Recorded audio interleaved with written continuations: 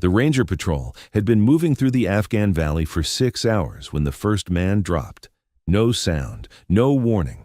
Just Sergeant Collins suddenly collapsing mid-stride like someone had cut his strings, blood spreading across the rocky ground before anyone understood what had happened. Then the second shot came, and Corporal Hayes went down screaming, clutching his leg. That's when Lieutenant Marcus Wade realized they weren't just under fire. They were being hunted by snipers who'd positioned themselves perfectly to turn this valley into a killing ground. 7 enemy shooters in elevated positions, hidden among rocks and vegetation, each one covering approaches that made retreat or advance equally suicidal. His 12 remaining Rangers scrambled for whatever cover the terrain offered, pinned down and taking casualties, watching their combat effectiveness evaporate with each passing minute. They had maybe 10 minutes before the snipers adjusted and started picking them off one by one. That's when the diminutive brunette who'd been attached to their patrol as a liaison from intelligence support activity did something that made every Ranger question everything they thought they knew. She unslung the pack everyone assumed contained communications equipment, pulled out a rifle that looked like it belonged in a museum exhibit about precision shooting, and said 4 words that changed the entire tactical situation. "I can fix this." Before we show you how one woman with 7 bullets eliminated 7 enemy snipers in 8 minutes and rewrote every assumption a Ranger platoon had about capability versus appearance, drop a comment telling us where in the world you're watching from. Because what you're about to witness isn't just about marksmanship. It's about the moment an entire combat unit learned that the person they'd been treating like a burden was actually the only reason they'd survive the next 15 minutes. The Hindu Kush Mountains in eastern Afghanistan were brutal in ways that went beyond physical hardship. The terrain was vertical, slopes so steep that movement required hands as much as feet, valleys that looked like gods had taken axes to the landscape and carved channels designed to funnel humans into kill zones. It was country that had swallowed armies for thousands of years, from Alexander's forces to Soviet divisions to American units who thought technology could overcome geology. Ranger Team Sierra 2-3 had been operating in this region for 3 weeks, conducting reconnaissance on Taliban supply routes that intelligence suggested ran through these valleys. It was low-intensity work: observe, report, avoid contact. The kind of mission that was supposed to be boring rather than dangerous. They'd been augmented with a liaison from intelligence support activity 5 days earlier. Staff Sergeant Brielle Murphy, 28 years old, 5'4", maybe 120 pounds, soaking wet. Dark hair pulled back in a regulation bun, quiet to the point of silence, carrying equipment that looked too heavy for her frame. The Rangers had made their opinions clear through the universal military language of barely concealed contempt. "Great," Corporal Davis had muttered when she'd joined their patrol. "Now we're babysitting." "ISA sends us someone who looks like she should be filing paperwork," Hayes had added. "Guess they think we need help with the complicated parts, like walking and carrying stuff." Murphy had said nothing, just adjusted her pack and fallen into formation like she'd done this 1,000 times, which should have been their first clue. But Rangers were sometimes too confident in their own capabilities to notice expertise that didn't announce itself. Lieutenant Wade had been more diplomatic, but equally skeptical. ISA liaisons were supposed to provide intelligence coordination and analytical support. They weren't supposed to go on patrol, but higher command had insisted Murphy needed field experience to better understand the operational environment. So Wade got stuck with an additional team member who wouldn't pull her weight in a firefight and would slow them down during movement. For 5 days, Murphy had proven his concerns half right. She kept up during movement, barely, but she managed. She didn't complain. She did what she was told, but she also didn't contribute anything tactical. Just carried her oversized pack, took notes on patrol routes and terrain features, and generally existed as the person nobody talked to unless absolutely necessary. What none of them knew, what couldn't have known because it was buried in classified files they'd never see, was that Staff Sergeant Brielle Murphy had spent the previous 4 years as part of a Joint Special Operations Command sniper team that operated in denied areas across 3 continents.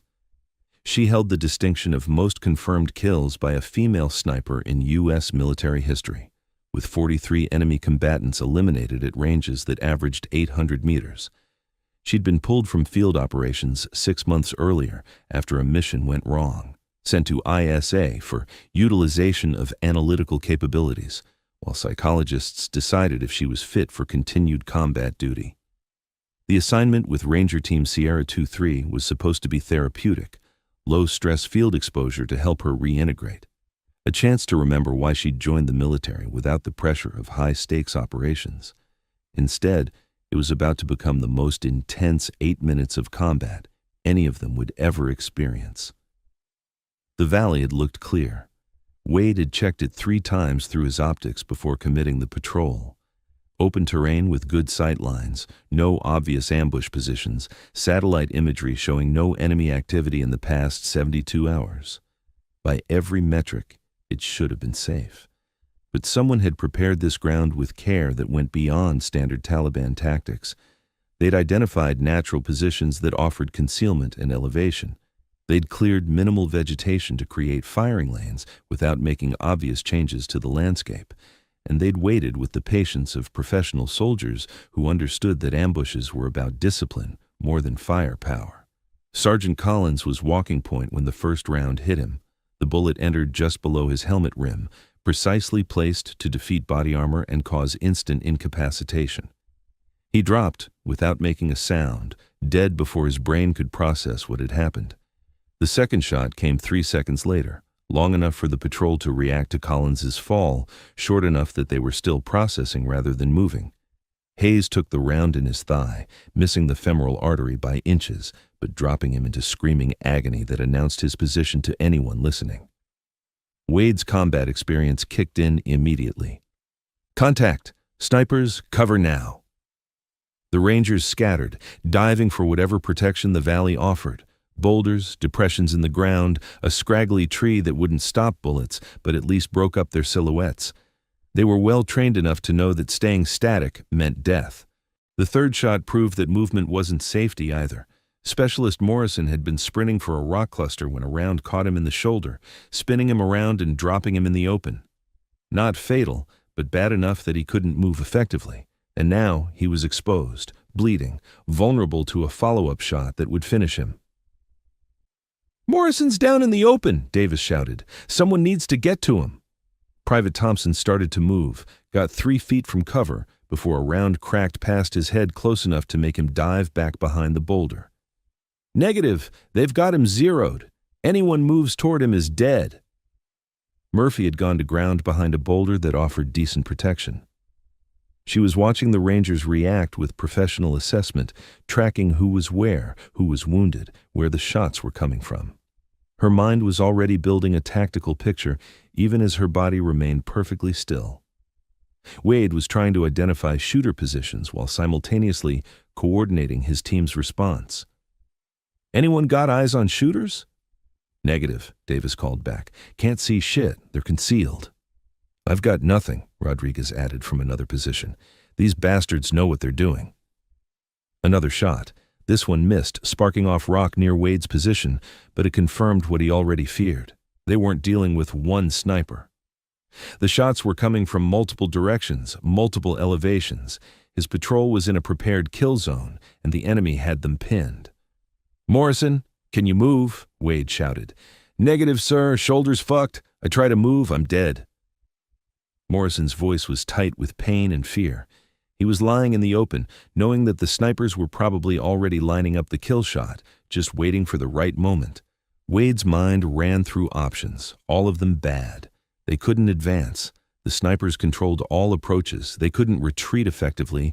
Wounded men would slow them, and movement would draw fire. They couldn't suppress the enemy. You can't suppress what you can't see. Call for air support? 15 minutes minimum, assuming they could even get through to command in these mountains. By then, half his team would be casualties. Another shot cracked through the valley. Jenkins screamed as a round punched through his plate carrier, the ceramics stopping the bullet but cracking ribs and knocking him out of the fight. He collapsed behind cover, gasping for air that wouldn't come properly. "Jesus Christ," Davis muttered. "They're picking us apart." Wade could see the fear spreading through his team. These were Rangers, well-trained, combat experienced, but they were being hunted by an enemy they couldn't see, couldn't fight back against, couldn't escape from. It was every infantry soldier's nightmare, being pinned by snipers with no way to return effective fire. "We're getting chewed up," Davis said, stating the obvious. "Sir, we need to move or we're all dead." Wade knew it was true, but he also knew that moving meant exposing his team to fire they couldn't counter. The tactical situation was approaching unsalvageable. In about 5 more minutes, the enemy snipers would have adjusted to their positions and would start systematically eliminating his Rangers one by one. They'd start with the wounded in the open, then work through the ones in cover, taking their time, making every shot count. Another round impacted near Thompson's position, showering him with rock fragments. "They're adjusting," he shouted, "getting our ranges dialed in." That's when Murphy moved. She came out of cover with her oversized pack, not running but moving with purpose toward Wade's position. A shot cracked past her, close enough that Wade saw rock chips spray near her feet, but she didn't flinch, didn't break stride. Just kept moving with the kind of calm that suggested either she didn't understand the danger or she understood it better than anyone else present. Another shot. This one even closer, the supersonic crack of the bullet passing within inches of her head. The sound should have made her dive for cover, should have triggered the survival instinct that kept soldiers alive. Instead, Murphy just adjusted her path slightly and continued toward Wade's position like she was walking through a training exercise rather than a kill zone. She reached Wade's boulder and dropped into cover next to him, not even breathing hard despite the movement under fire. "Lieutenant, I need you to understand something very quickly." "Not now, Murphy. We're kind of—" "7 shooters," she interrupted, her voice calm and analytical, carrying none of the stress that should have been present in someone who'd just crossed open ground under sniper fire. "Positioned at 11 o'clock high, 1 o'clock high, 2:30 medium elevation, 4 o'clock medium, 5 o'clock high, 7:30 low, and 9 o'clock medium. Ranges between 400 and 650 meters, all using 7.62 platforms, probably SVD Dragunov rifles based on the report signatures. Professional shooting positions, coordinated fields of fire. This isn't random Taliban. This is trained counter-sniper work, probably Chechen or foreign contractors." Wade stared at her, his brain trying to process how she could possibly have that level of detail when his trained Rangers couldn't even identify general directions of fire. "How do you—" "Because that's what I do," Murphy said, unzipping her pack. "I'm not ISA liaison. Well, I am, but that's not what I actually am. I'm a JSOC sniper who got reassigned because I had a bad mission 6 months ago and someone thought I needed therapy. What I actually need is a clear shot in about 8 minutes. She pulled out a rifle that made Wade's eyes widen despite the tactical situation. It wasn't standard military issue. It was a custom bolt-action system that looked like someone had taken precision shooting and turned it into art. A long barrel with a suppressor that added another 14 inches, expensive optics that probably cost more than his truck, modifications that spoke of years of refinement by someone who understood ballistics at a level that went beyond military training. "That's not authorized equipment," Wade said reflexively, his mind still catching up to what was happening. "Neither is letting your entire patrol die because you're too proud to accept help." Murphy was assembling the rifle with movements that were faster than he could follow, her hands moving through the sequence with muscle memory that spoke of thousands of repetitions.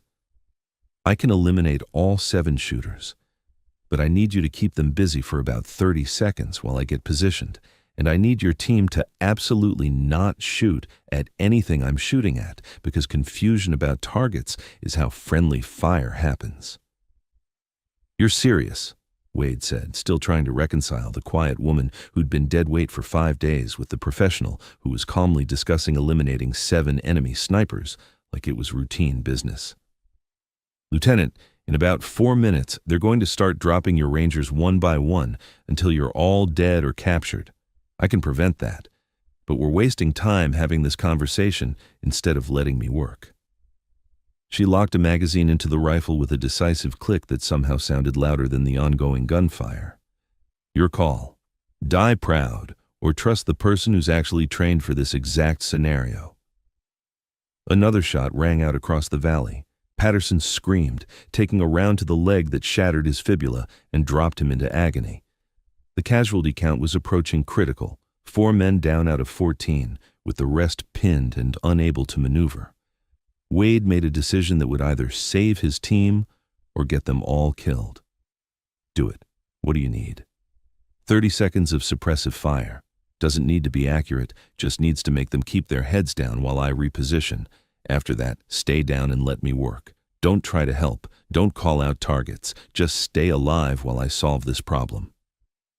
Murphy was already moving, scanning for a position that would give her the angles she needed.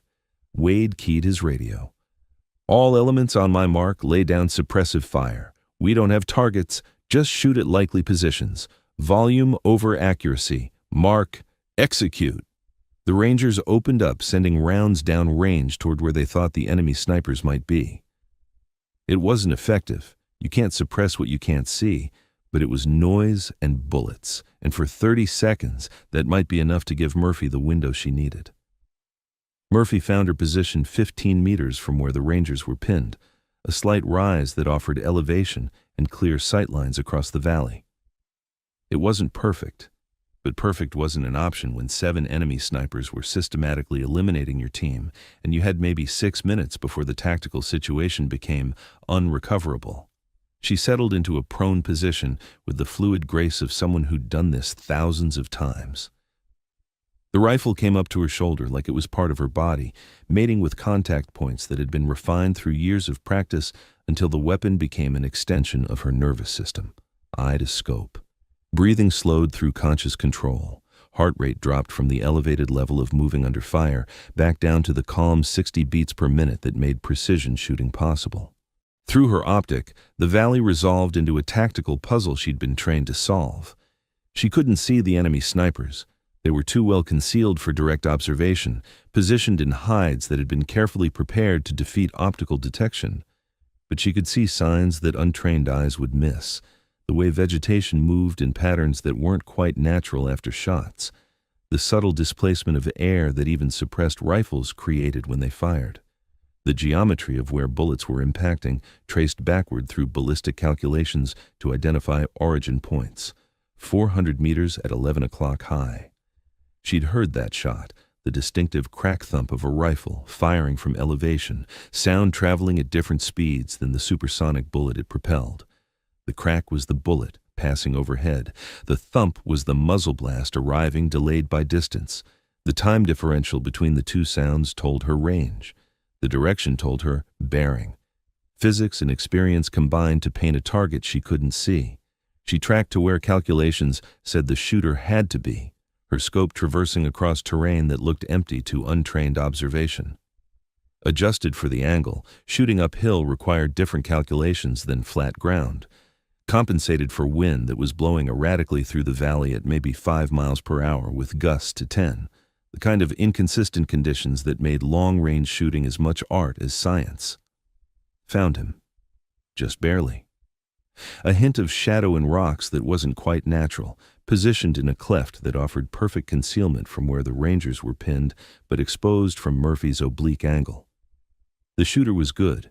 He'd chosen his position well, created a hide that defeated direct observation.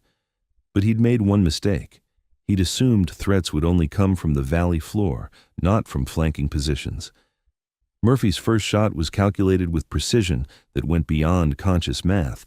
Thousands of hours of practice had carved the calculations into her nervous system until she didn't think about wind drift or elevation drop or target movement. She just knew where the bullet needed to go. Her finger found the trigger, pressed through the breakpoint with exactly calibrated pressure that released the sear without disturbing her aim. The rifle coughed, suppressed but not silent, making a sound like someone punching a heavy bag.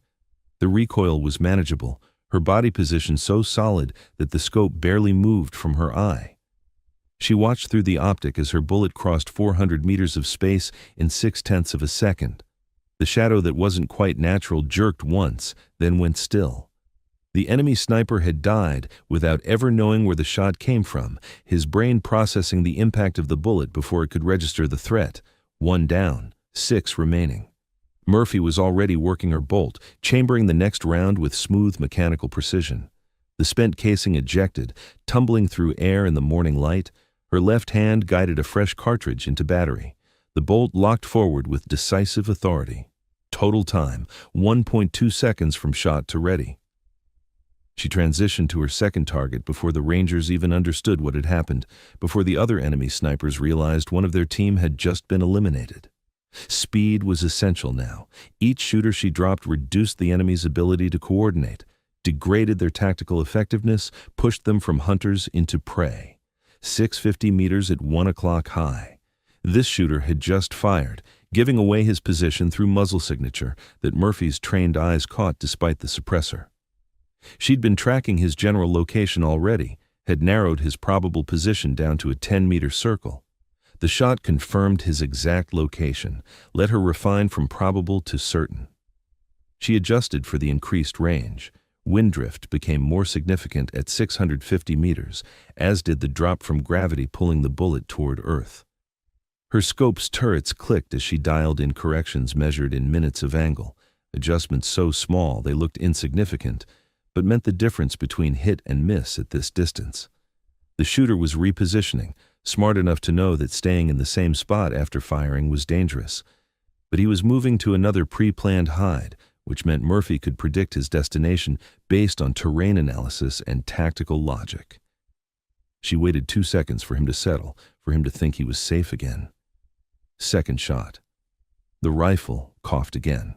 This time, the bullet traveled for nearly a full second before arriving at its destination with terminal effectiveness. Murphy saw the target jerk and collapse, another enemy combatant who'd never understand what killed him. 2 down, 5 remaining, 4 minutes elapsed. The enemy snipers were starting to realize something was wrong. Their teammates were dying, and they couldn't identify the threat. Murphy was shooting from an unexpected angle, using a suppressed rifle that made directional assessment nearly impossible, eliminating targets before they could react or adjust. The ambush they'd carefully prepared was collapsing, and they didn't understand why. But they were professionals, Chechens who'd learned their trade in brutal conflicts, men who'd survived by being good at killing. They began adjusting, scanning for the new threat, trying to identify where death was coming from. One of them started putting rounds toward Murphy's general area, not accurate fire, but suppressive, trying to force her to keep her head down. Murphy ignored the incoming fire with the kind of calm that came from years of operating under stress. Rounds were impacting 30 meters away, close enough to be concerning, not close enough to force her to move. She had maybe 90 seconds before they adjusted and started getting accurate, which meant she needed to work faster. 420 meters at 230 medium elevation. This shooter had shifted position after her second shot, smart enough to know that staying static was dangerous in a counter-sniper fight. But he'd moved to another pre-planned position, which meant Murphy could predict where he'd go based on the terrain and tactical geometry. The enemy had probably spent days preparing these hides, creating multiple positions for each shooter. Professional work, but predictable once you understood the pattern. She found him settling into his new hide, still scanning for her location, his rifle tracking across the valley as he searched for the threat that had eliminated 2 of his teammates in less than 2 minutes. He was exposed for maybe 3 seconds while he established his new position. Murphy took the shot during that window, third round. The bullet crossed 420 meters and found center mass. The enemy sniper collapsed like someone had turned off his power. 3 down, 4 remaining. The Rangers were watching now with expressions that ranged from shock to awe. Wade had his rifle up scanning for targets, but he was smart enough to stay down and let Murphy work. Davis was calling range estimates over the radio, trying to help Murphy identify threats even though she didn't need the assistance. The rest of the patrol had stopped shooting, realized their suppressive fire was irrelevant compared to what Murphy was doing with surgical precision, 500 meters at 4 o'clock medium elevation. This one was tricky, partially concealed behind vegetation that would deflect bullets if she didn't account for it. Branches and leaves looked soft, but they could push a bullet off course by inches, enough to turn a hit into a miss at this range. Murphy had to thread her shot through the gap in foliage, find the window where her bullet could pass without interference. She studied the vegetation, watched how wind moved it, identified the pattern, waited for the moment when the branches swayed enough to create clearance, timed her shot to the rhythm of the wind. Fourth shot. The bullet passed through the narrow gap with millimeters to spare, found flesh on the other side. The vegetation shuddered with bullet passage, and through her scope, Murphy saw the target collapse backward out of his hide. 4 down, 3 remaining. 6 minutes elapsed. The remaining 3 enemy snipers finally identified Murphy's position, not precisely, but close enough. Rounds started impacting near her location, not close enough to hit, but close enough to force her to adjust. Rock chips sprayed across her position. 1 bullet struck 2 meters in front of her, the impact showering her with debris. Professional discipline kept her from flinching. She'd been shot at before, had learned to ignore the human instinct to seek cover when bullets came close. Instead, she rolled left in a smooth motion, found new cover behind a different rock, re-established her shooting position in 3 seconds that spoke of practice most people couldn't imagine. The movement saved her life. 2 rounds impacted exactly where she'd been lying, arriving half a second after she'd relocated. The enemy snipers were good. They'd correctly identified her position and were putting accurate fire on it. But Murphy was better. 530 meters at 5 o'clock high. This shooter was very good. He'd correctly identified her position, called it out to his remaining teammates, and was preparing to engage with precision that suggested extensive training.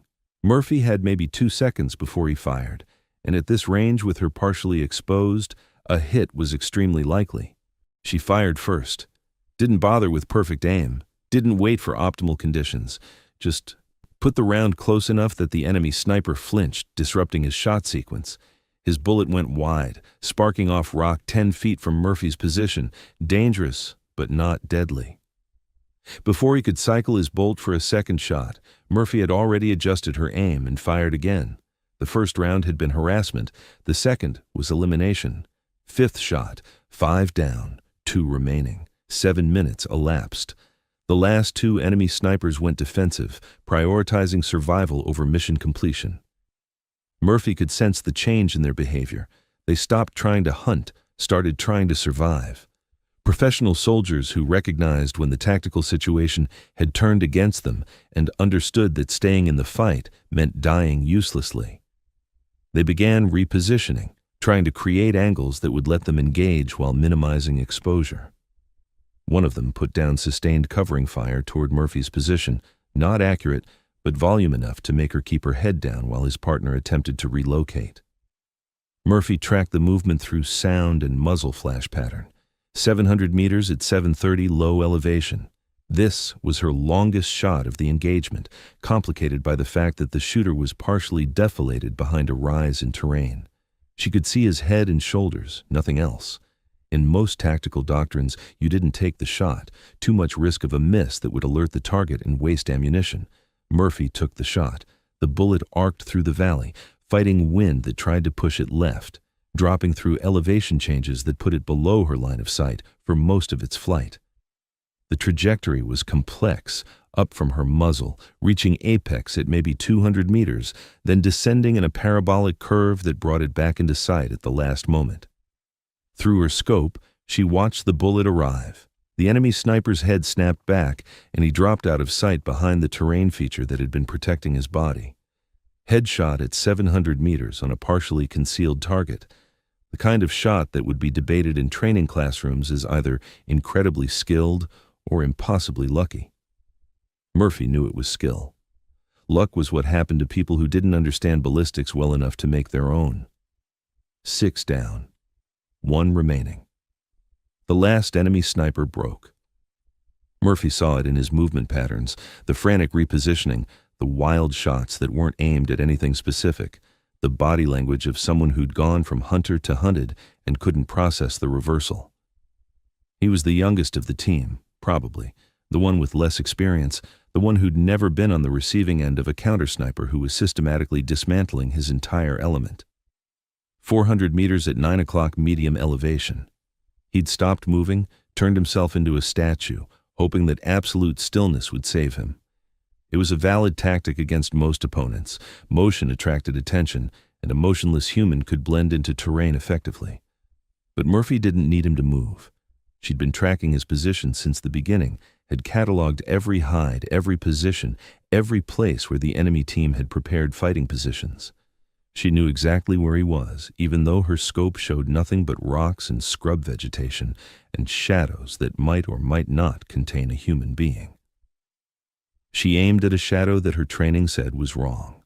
The angle was slightly off. The shape didn't quite match natural terrain features. It was the kind of detail that only someone with 7 years of professional sniper experience would notice. The subtle wrongness that separated excellent concealment from perfect concealment. She trusted her training, trusted her instinct, trusted the thousands of hours she'd spent learning to read terrain and identify threats that wanted to be invisible. Fired. The shadow moved, just a twitch, just enough to confirm the hit. Then it was still again, but this time with the permanent stillness that meant the threat was eliminated. 7 shots, 7 enemy snipers dead, 8 minutes and 15 seconds elapsed. Murphy safed her rifle and stood up slowly, scanning the valley one more time to confirm all threats were neutralized. Her body was relaxed, her breathing normal, showing none of the stress that should have accompanied an 8-minute gunfight against professional snipers who'd been trying to kill her. To the watching Rangers, she looked like someone who'd just finished a training exercise rather than someone who'd saved their entire patrol through marksmanship that shouldn't have been possible. "Clear," she said calmly, beginning to break down her rifle for storage. "You'll want to send teams to confirm kills and collect intelligence. They're professionals, probably foreign contractors based on the quality of their positioning and the discipline of their fire, not standard Taliban, too coordinated, too well-equipped. My guess is Chechen based on the tactics, but you'll need to check bodies for confirmation." She packed her rifle with methodical precision, every movement economical, returning the weapon to the pack that everyone had assumed just contained communications gear. Within 60 seconds, she was back to looking like the quiet ISA liaison who'd been nearly invisible for 5 days. The Rangers were staring at her like she'd appeared from another dimension. Wade found his voice first, though it took him several attempts. "Who the hell are you?" he finally managed. Murphy shouldered her pack and looked at him with an expression that was patient, but firm. "I already told you, Lieutenant. JSOC sniper. 43 confirmed kills before today. 50 now, assuming all 7 are confirmed dead when your people check. And before you ask, yes, I should have mentioned it earlier, but I was under orders to maintain cover unless circumstances required otherwise. These circumstances definitely required otherwise." She walked past the stunned Rangers toward where Morrison lay wounded in the open, the Ranger who'd been pinned by enemy sniper fire for the past 8 minutes. "Someone help me get casualties stabilized. We still need to extract, and those shots will bring reinforcements if there are any nearby. Let's not waste the time I just bought us." The patrol extracted without further incident. Murphy's assessment of the enemy snipers proved correct. They were Chechen contractors, highly trained, operating as part of a Taliban support unit that specialized in ambushing coalition forces. The intelligence collected from their positions and equipment would lead to the disruption of an entire network of foreign fighters operating in the region, save dozens of American lives over the following months, and result in classified commendations that Murphy would never be able to publicly acknowledge.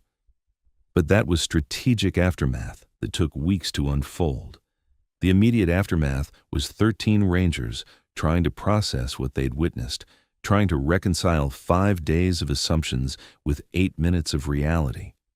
On the helicopter back to base, Wade sat next to Murphy, who was back to being quiet and unassuming, like she hadn't just saved his entire patrol through marksmanship that bordered on supernatural. She was writing in a small notebook, after-action observations probably, the kind of professional documentation that good operators maintained regardless of circumstances. "Why didn't you tell us?" Wade asked finally. "Why let us think you were just a liaison?" Murphy looked up from her notebook, considered the question with the seriousness it deserved. "Would you have believed me if I'd told you on day 1 that I was a JSOC sniper? A woman who looks like she should be analyzing intelligence reports rather than eliminating threats at 700 meters?" Wade started to protest, then stopped. She was right. He wouldn't have believed her, would have thought she was exaggerating or delusional or trying to impress people who didn't need impressing. His assumptions about what capability looked like had been challenged, and he'd failed the test spectacularly.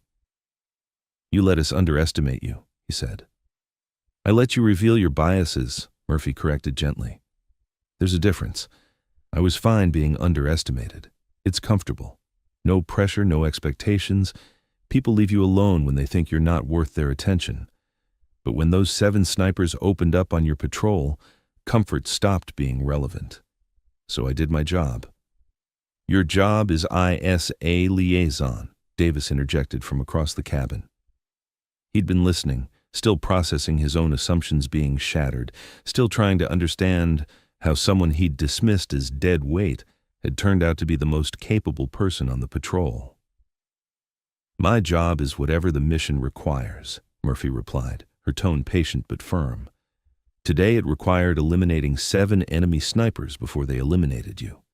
Yesterday it required carrying a heavy pack and taking notes on terrain features. Tomorrow it'll probably be back to analysis and coordination. That's how special operations work. You do what needs doing, not what your job description says." She returned to her notebook, her demeanor suggesting the conversation was over. The Rangers exchanged glances, each one silently reassessing their treatment of the woman who'd saved their lives, each one recognizing the assumptions they'd made and the consequences those assumptions could have had. When they reached base, Murphy disappeared into debriefing that would take hours. The Rangers went to medical for evaluation and treatment of the wounded. Collins had been killed. The first shot had been instantly fatal, never had a chance.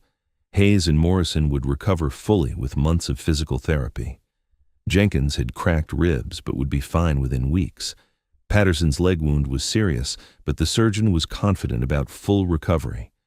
It could have been so much worse, should have been so much worse. Would have been, without question, if not for a 5'4" woman who'd been invisible until the moment she became the only thing standing between a Ranger patrol and annihilation. 3 days later, Wade received orders reassigning Murphy back to JSOC operational status. The therapeutic attachment to a Ranger unit had served its purpose. She'd proven to herself and to oversight that she could still operate under stress, that the bad mission 6 months ago hadn't broken her ability to function in combat. More importantly, she'd demonstrated capabilities that made her too valuable to waste on desk work. Wade found her before she left, packing her gear in temporary quarters with the same methodical precision she applied to everything. Every item had its place, every piece of equipment was checked and secured with professional attention to detail. "I owe you an apology," he said. Murphy looked up from her packing, met his eyes. "You don't owe me anything, Lieutenant. You made assumptions based on available information and standard heuristics about what capability looks like. That's human nature. The problem isn't that you underestimated me.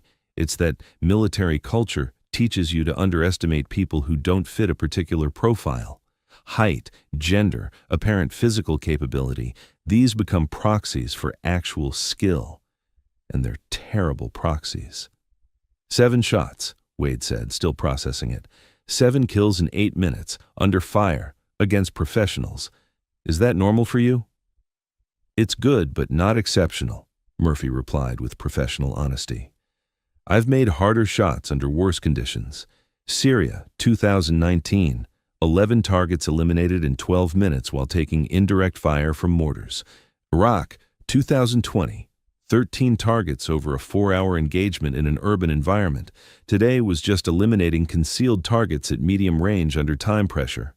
Textbook counter-sniper work, nothing exotic." She finished packing and stood, slinging her pack over her shoulder. The pack that everyone had assumed was too heavy for her, that actually contained a custom rifle system worth more than most cars and represented years of expertise most people never encountered. "Can I ask you something?" Wade said. "Why do you do it? The quiet thing, letting people underestimate you. It must get frustrating." Murphy smiled slightly, the first real emotion Wade had seen from her in the entire week they'd worked together. "Lieutenant, I've spent 7 years operating in countries where being underestimated was the difference between completing missions and getting captured. I've learned that looking harmless is a tactical advantage. People don't shoot at threats they don't see. They don't prepare for capabilities they don't expect. By the time they realize what they're facing, it's too late. She extended her hand. Your Rangers are good soldiers. They just need to learn that capability doesn't always announce itself. Sometimes the most dangerous person in the valley is the quiet one, taking notes and carrying a heavy pack. Wade shook her hand, noting the grip strength that contradicted her slight frame, the calluses that came from thousands of hours of rifle work. If you ever need anything— You'll never see me again, Lieutenant, Murphy interrupted, not unkindly. That's how JSOC works. We appear when we're needed, do the job, then disappear back into whatever cover identity comes next. But if by some chance our paths do cross again, try to remember this conversation before you make assumptions about my capabilities, or anyone else's. She walked away toward a helicopter that was waiting to extract her to wherever JSOC needed her next. Wade watched her go, this diminutive woman who'd saved his entire patrol through marksmanship that had seemed impossible right up until she'd demonstrated it with clinical precision. He'd learned something in that valley, something that would stay with him for the rest of his career. Never judge capability by appearance. Never assume that quiet means weak.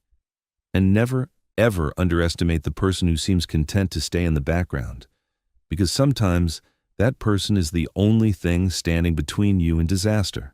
The story spread through the Ranger community with the speed that only really good stories achieve, about the ISA liaison who'd turned out to be a JSOC sniper, about 7 Chechen contractors eliminated in 8 minutes, about assumptions shattered and lives saved by someone nobody had taken seriously until the moment her capabilities became the difference between survival and catastrophe. Details got exaggerated in the retelling, as they always did. By some accounts, Murphy had eliminated 12 snipers. Others claimed the shots were made at over 1,000 meters. A few insisted she'd done it all with iron sights, which was obvious nonsense but made for a better bar story. The core remained true.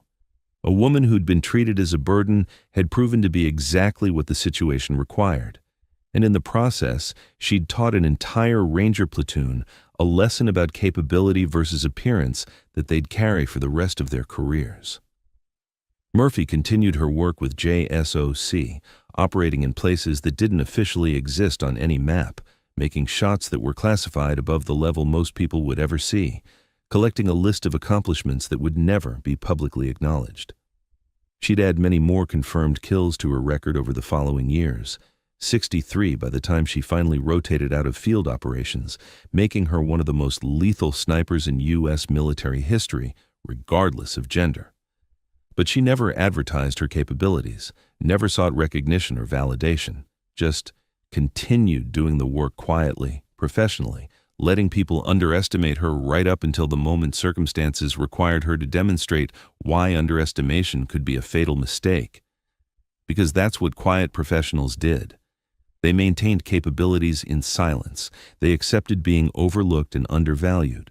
And when the moment came, when lives hung in the balance and conventional solutions had failed, they stepped forward and did the impossible without drama or expectation of glory.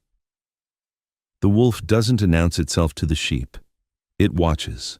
It waits. It lets the sheep assume it's harmless.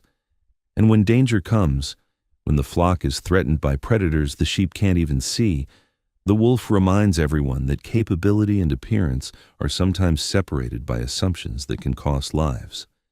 Lieutenant Wade never forgot that lesson. Neither did the 12 Rangers who survived that valley because someone they'd dismissed as dead weight turned out to be the most capable person on the patrol.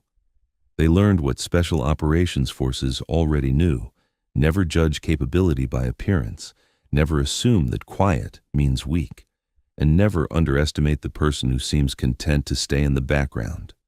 Because sometimes that person is the only thing standing between you and disaster. And when they finally step forward, when they finally demonstrate what they're actually capable of, the only appropriate response is gratitude and respect earned through actions that speak louder than any credential or announcement ever could. Staff Sergeant Brielle Murphy never asked for either gratitude or respect. She just continued doing her job, quietly, professionally, lethally, the way it was supposed to be, Every single time, without exception, because that's what mastery looked like when it existed, at levels most people couldn't comprehend. Silent, unassuming, absolutely devastating when circumstances demanded it, the way the best operators had always worked, the way they always would. Thanks for watching. Every woman has a story worth telling. Join us to hear them all.